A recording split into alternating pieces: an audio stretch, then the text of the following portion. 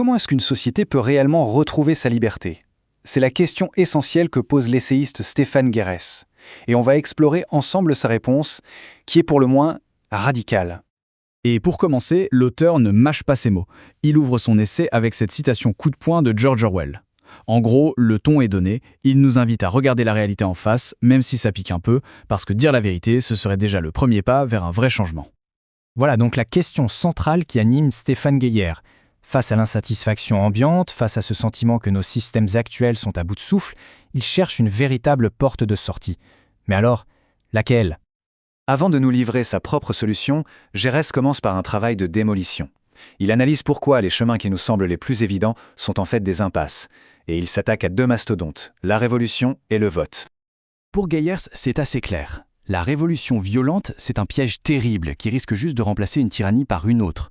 Quant au vote, eh bien il considère ça comme une pure illusion. Il y voit même une contradiction fondamentale.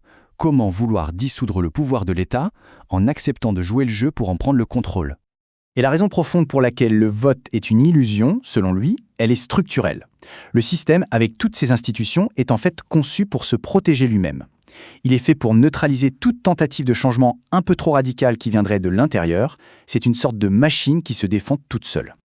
Bon alors, si la révolution et le vote sont des voies sans issue, que reste-t-il? C'est là que Guéhière trouve une source d'espoir assez inattendue, non pas dans l'action politique directe, mais dans un tout autre phénomène de société. Et cet espoir, Guéhière le trouve chez les abstentionnistes. Oui, loin d'y voir de la simple paresse ou de l'apathie, il y décèle au contraire le symptôme d'une désillusion massive. Pour lui, c'est un immense réservoir de citoyens qui sentent bien que le système actuel n'a plus rien à leur proposer. Cette citation, elle résume parfaitement sa pensée. Ce n'est pas du désintérêt, c'est un sentiment profond d'impuissance. Une grande partie de la population se sent complètement prise au piège et elle cherche une sortie de secours que les options traditionnelles ne peuvent tout simplement plus offrir. Et c'est là qu'on touche au point crucial de sa démonstration. Avant toute action politique, la véritable bataille est d'abord intellectuelle. L'objectif premier, c'est de diffuser massivement l'idée qu'un autre monde, un monde plus libre, est possible. Il s'agit de transformer ce sentiment d'impuissance en une véritable demande de liberté en utilisant notamment des canaux alternatifs comme Internet. On arrive maintenant au cœur du réacteur, à sa proposition concrète. Une fois que cet éveil intellectuel est enclenché, quelle est l'étape d'après? Eh bien, Guéhière avance une stratégie qui est à la fois très concrète et très radicale. L'auteur met sur la table le concept de sécession. L'idée, au fond, est simple. Une communauté locale, que ce soit une ville, un regroupement de communes ou une région, décide de déclarer son indépendance vis-à-vis de l'État central. Le but, créer un territoire libre avec ses propres règles.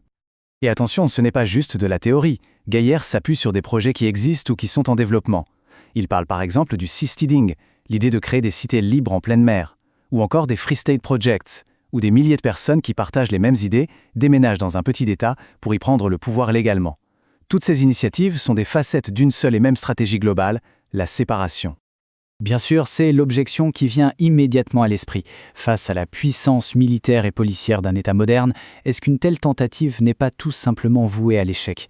C'est une critique que l'auteur anticipe complètement. Alors comment Guéhière répond-il à cette objection majeure? Sa stratégie ne repose pas du tout sur une confrontation directe, mais plutôt sur une idée de saturation, sur l'idée de submerger le système. Son raisonnement part d'un postulat assez simple. L'État moderne est déjà très fragile. Il est surendetté, affaibli, et ses forces, que ce soit la police ou l'armée, sont déjà étirées au maximum pour gérer les crises du quotidien. Pour le dire simplement, il n'a plus les moyens d'être partout à la fois. Partant de là, l'auteur nous demande d'imaginer un scénario. Pas une seule sécession, un seul foyer de rébellion qui serait facile à écraser. Non. Imaginons plutôt 50. 50 communes dans 50 coins différents du pays qui déclarent toute leur indépendance en même temps. C'est ça qu'il appelle une guérilla de la sécession. Et selon lui, elle serait imparable. L'idée, c'est de lancer une vague de rupture qui soit simultanée et complètement décentralisée. Face à un tel mouvement, un État déjà affaibli serait totalement submergé, paralysé et tout simplement incapable de tout réprimer. On termine donc sur cette question qui résume finalement toute la thèse de Guéhière. Un simple éveil des consciences amplifié par Internet peut-il vraiment mener à la fracturation pacifique d'un État-nation à travers une vague de sécession? Utopie pure ou stratégie visionnaire, le débat, lui, est grand ouvert.